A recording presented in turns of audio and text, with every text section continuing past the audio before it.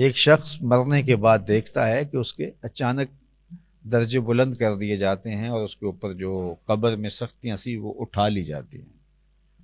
تو وہ عرض کرتا ہے کہ مالک یہ کیا ہوا؟ تو کہا تیرے بیٹے کا جو استغفار تھا تیرے بعد جو اس نے کیا اس کی وجہ سے ہوا۔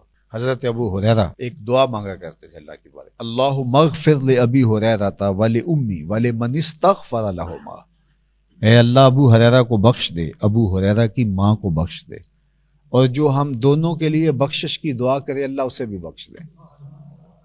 اللہ اکبر۔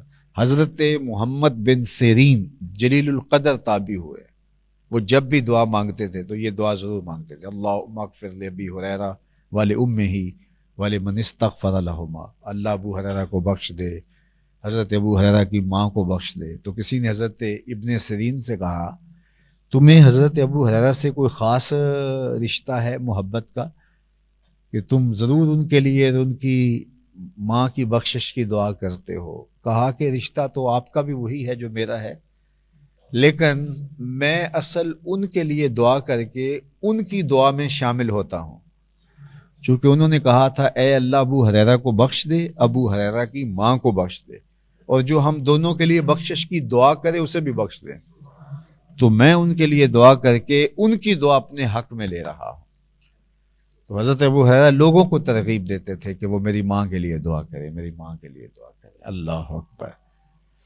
تو ماں باپ کے لیے دعا کرنا، میں نے کتب تصوف میں پڑھا ہے کہ جو شخص روزانہ اپنے والدین کے لیے دعا کرے، والدین زندہ ہوں تب بھی، فوت ہو گئے ہوں تب بھی، کبھی اس میں ناغہ نہ ہونے پائے، ساری زندگی اس کے رزق میں بے برکتی نہیں آ سکتی جو والدین کے لیے روزانہ دعا کرے۔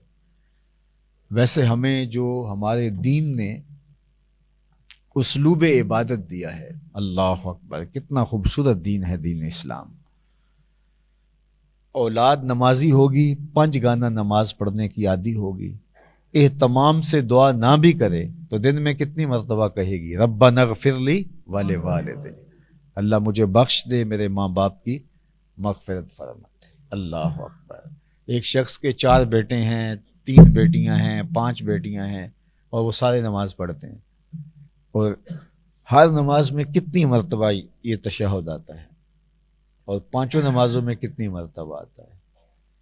تو کبھی مسجد میں دعا مانگ رہے ہیں، کبھی گھر میں، کبھی حرم میں، کبھی مدینہ المنورہ میں، کبھی ریاض الجنہ میں، کبھی دکھے ہوئے دل کے ساتھ، تو کبھی تو کوئی کیفیت ایسی ہوتی ہے نا کہ باب اجابت تک دعائیں پہنچتی ہیں۔ تو اولاد کو نمازی بنائیں، تمہارے لیے دعاؤں کا تسلسل نہیں ٹوٹے گا، پھر اولاد کی اولاد جو دعا مانگتی ہیں اس کا بھی حصہ ملتا ہے، پھر ان کی اولادیں قیامت تک جو مانگتی رہیں گی تو اس کا حصہ ملے گا۔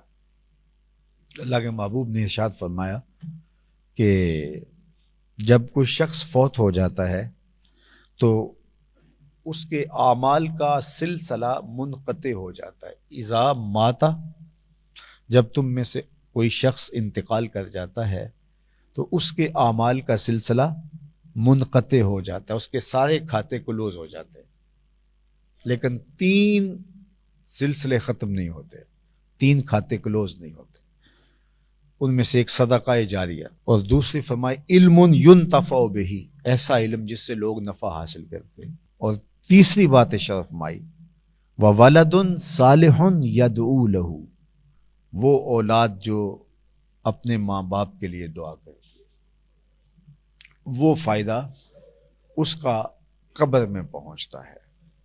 ویسے تو میں ایسا بھی دیکھا ہے کہ اس پر بھی بحث ہو رہی ہوتی ہے کہ یہ پہنچتا ہے یا نہیں پہنچتا، اس کو حالانکہ ضرورت ہوتی ہے وہاں، اور ہم بحث میں لگے ہیں۔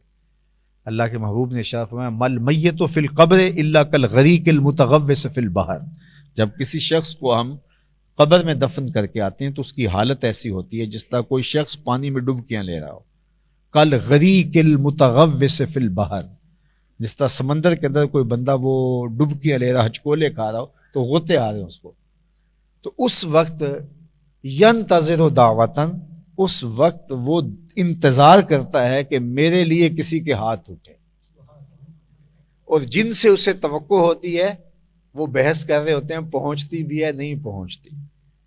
اور وہ ینتظر دعوتن، یہ حدیث کے لفظ ہیں، وہ اس وقت دعا کا انتظار کر رہا ہوتا ہے کہ میرے لیے کسی کے ہاتھ اٹھ جائے اور میرے لیے کوئی دعا کر دے۔